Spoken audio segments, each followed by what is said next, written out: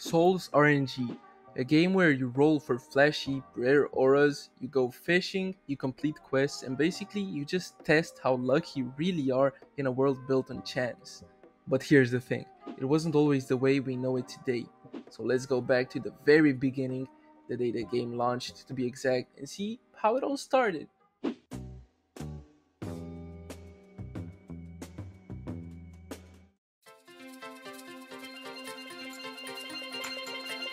December 3rd, 2023, the day Souls RNG went live.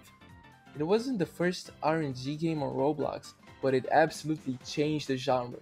Instead of rolling for pets like in Pet Simulator or hatching eggs like in Adopt Me, Souls gave players auras, glowing, stylish effects that felt personal and powerful.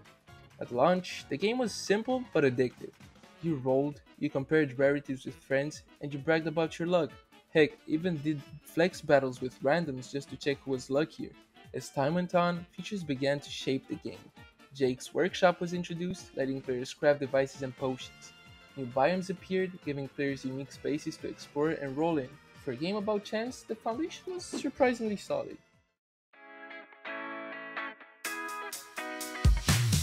After its strong start, Souls RNG absolutely skyrocketed. The team shifted from in development to a full era system, massive content drops every few weeks that defined the game's identity. Each era came packed with new auras, achievements, map expansions, and pretty much quality of life changes. The community exploded. Videos, streams, TikToks. RNG wasn't just a niche anymore, it was trending.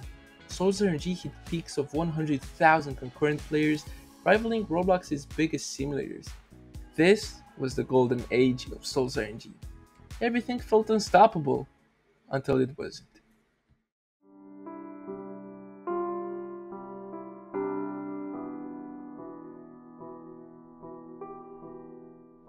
Around Era 6, the first major controversy hit. On March 4th, 2024, an emergency balance patch dropped. Potion recipes were changed, the Jackpot Gauntlet was buffed, and Heavenly Potion 2 suddenly cost 6 Celestials, each one being over 1 in 350,000. Backlash was pretty much immediate, and the recipe was quickly reduced to 2.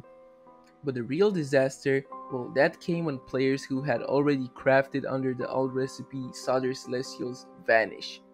Instead of apologizing, one developer dismissed complaints in the Discord with lines like, "Oh, developers are hard," and "What's the problem?" Moderators mocked affected players, they locked channels. That's when the trust cracked. Within a day, the lead developer fired the responsible developer, but the damage was already done. That one developer also tried going to work with Hades RNG, and guess what? He got fired there as well. And this? Well, this was only the beginning, because during the Eon 1 update, a massive aura leak spread through Discord and YouTube after developer files were ripped. On November 10th, a critical potion bug broke Heavenly and Oblivion potions, nearly leading to a rollback. Later that same month, the Rhea package unleashed chaos. Duplicated items, packages reappearing, permanent bans by mistake, and even abusers creating 40 Oblivion potions in just over 2 weeks. The game had to be made private to stop the bleeding. After so many controversies, the dev team burnt out. Updates slowed, quality dipped, and the most infamous example came when the Halloween update didn't even drop until December. Mismanagement, bugs, leaks, burnout, this was just the beginning of Souls RNG's downfall.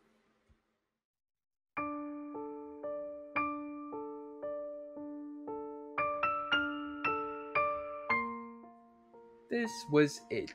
Update after update, but Souls just kept bleeding players. The magic was pretty much gone, the numbers were down, and for many, it just felt like the end of an era. YG spawn. Who's YG?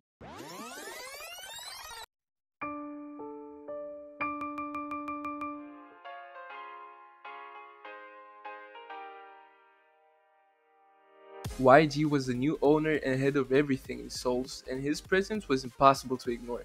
Under his guidance, updates forcefully returned. The developer team was pushed to deliver bigger, better content, and suddenly the game had life again. a brand new boss raid event, a new fishing system, and a clear roadmap. This was exactly what Souls needed. But it wasn't even over yet because 2 more people were right by his side, boosting Souls RNG like crazy. Astral and Blazonary, 2 of the most watched Souls streamers, who with their insane luck and non-stop hype, pulled in hundreds if not thousands of viewers constantly. Let me tell you, as a fan, it's almost impossible to watch them and not feel that spark of interest ignite. The player base surged back from 15,000 to over 50,000 after the first big content drop. YG accomplished what no one else could. With Astral and Blazonary by his side, he revived a game that deserved its revival, and he reminded players why Souls RNG was worth playing, and most importantly, he turned it from an AFK simulator back into a game. Thank you, YG.